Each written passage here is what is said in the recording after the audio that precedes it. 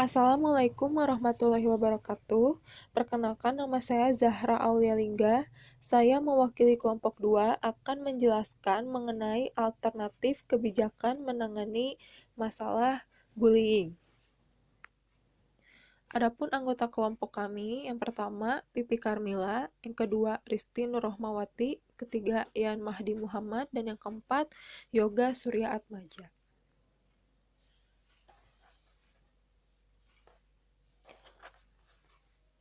Dewasa ini, kasus-kasus bullying begitu sering kita temui di berbagai media. Fenomena ini tentunya sangat mengkhawatirkan, mengingat bahwasannya bullying memiliki dampak yang sangat buruk utamanya terhadap perkembangan psikologi seseorang yang menjadi korban bullying. Fenomena penindasan atau kerap disebut bullying adalah salah satu masalah yang mungkin pernah dialami oleh setiap orang. Bullying adalah tindakan atau perilaku yang dilakukan untuk menyakiti baik dalam bentuk verbal, psikologis, atau emosional serta bisa juga dalam bentuk fisik. Berbagai kebijakan yang dikeluarkan oleh pemerintah dalam menangani permasalahan bullying belum dilaksanakan secara optimal. Oleh karena itu, berbagai kebijakan alternatif yang diajukan diantaranya yang pertama adalah pendidikan anti-bullying di sekolah dan masyarakat. Kemudian yang kedua, aplikasi pengaduan tindakan bullying. Maka, berdasarkan usulan tersebut, kebijakan alternatif yang diusulkan adalah pendidikan anti-bullying di sekolah dan masyarakat dengan melibatkan orang tua, masyarakat, dan lembaga pemerintahan. Selanjutnya, sebagai tindakan represif dalam menghadapi permasalahan bullying, maka perlu adanya aplikasi pengaduan tindakan bullying. Aplikasi ini harus dimiliki sekolah, juga perlu dikembangkan secara umum di masyarakat.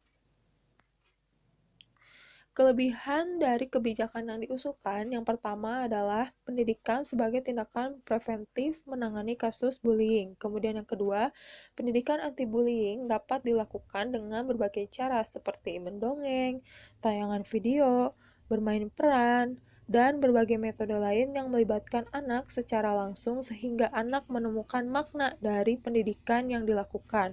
Kemudian yang ketiga, pendidikan dapat dilakukan oleh siapa saja dan kapan saja, sehingga kebijakan ini sangat mudah diterapkan. Kemudian yang keempat, aplikasi pengaduan tindak bullying memudahkan para korban dan menjaga kerahasiaan bagi pelapor. Kerugian atau kelemahan dari kebijakan yang diusulkan, yang pertama adalah pendidikan membutuhkan waktu yang lama untuk dilihat hasilnya. Kemudian yang kedua, keterlibatan berbagai unsur pendidikan menjadi tantangan yang harus dihadapi. Kemudian yang ketiga, pembuatan aplikasi membutuhkan biaya yang tidak sedikit.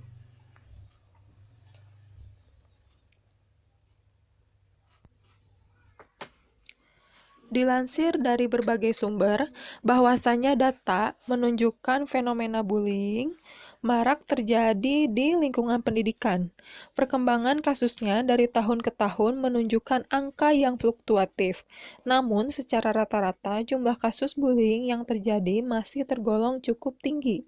Tentunya, hal tersebut merupakan sinyal yang buruk yang mestinya direspon dengan cepat oleh berbagai pihak dengan serangkaian upaya untuk dapat menekan dan meminimalisir tindakan bullying agar tidak terus-menerus terjadi. Di sini dapat kita lihat ada grafik kasus bullying dari tahun 2011 sampai 2018 ya.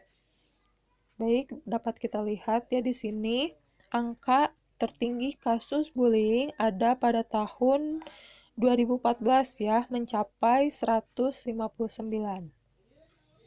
Sehingga rata-rata korban bullying di sekolah dari tahun 2011 sampai 2018 per tahunnya mencapai 100 siswa lebih. Dapat kita simak. Selanjutnya, Merujuk regulasi dan perangkat hukum yang sudah lebih dulu ada sebelum maraknya kasus bullying, terjadi beberapa regulasi dapat dijadikan sandaran untuk menindak dan mengatasi terjadinya kasus bullying, sebagaimana yang telah diatur dalam Undang-Undang Nomor 35 Tahun 2014 tentang Perlindungan Anak. Dalam pasal 76C dikatakan bahwasanya setiap orang dilarang menempatkan, membiarkan, melakukan, menyuruh, atau turut serta melakukan kekerasan terhadap anak. Bagi setiap yang melanggar ketentuan tersebut terancam sanksi pidana penjara paling lama 3,5 tahun dan atau denda maksimal 72 juta rupiah.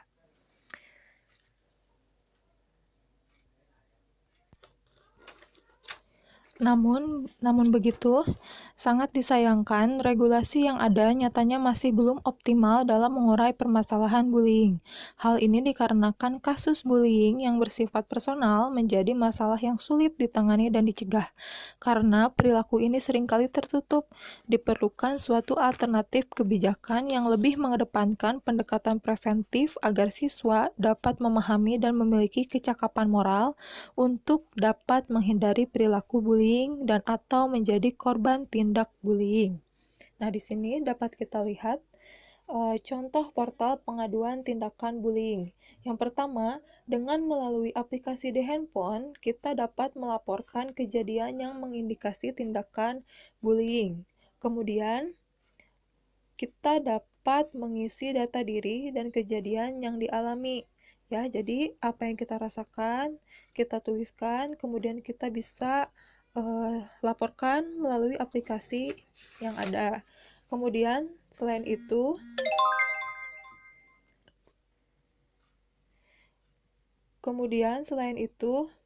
kita bisa menceritakan permasalahan kita kepada guru BK ya di sekolah, atau kita bisa menyelesaikan bersama-sama dengan guru BK. Selain itu, bentuk pengenangan dari masalah tersebut yaitu adanya bantuan psikologis atau penyelesaian secara pidana. Baik, terima kasih atas perhatiannya. Demikian.